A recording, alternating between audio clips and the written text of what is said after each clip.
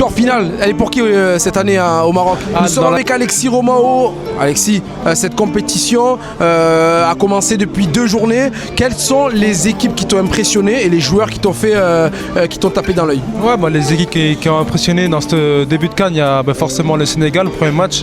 Ils font un très bon début de compétition. Et après, tu as le joueur Mbaye, si je me trompe. Mbaye, ouais. Mbaye, pardon, du PSG, il m'a vraiment impressionné. Il a montré qu'il a vraiment des qualités pour un jeune joueur comme ça. Donc on espère qu'ils vont aller loin. Et après, voilà, sinon on a fait le tour. Après, le Maroc, ils sont à domicile, donc normalement, ils devraient aller en finale. Ouais. On espère pour eux. Et un petit coucou aux Comores que je soutiens depuis longtemps avec le frère Youss.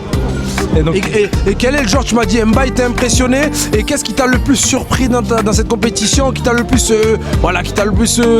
c'est surtout des équipes comme le Zimbabwe, tu vois, après qui arrivent quand même à tourner tête à des bonnes équipes.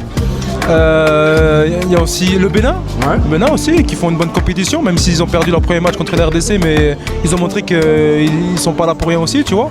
Donc en fait, les équipes qui sont là, c'est homogène en fait. On voit pas, il y a des prétendants, mais on sait il y aura des surprises, je pense aussi. Bon, dernière question, victoire finale, elle est pour qui cette année au Maroc?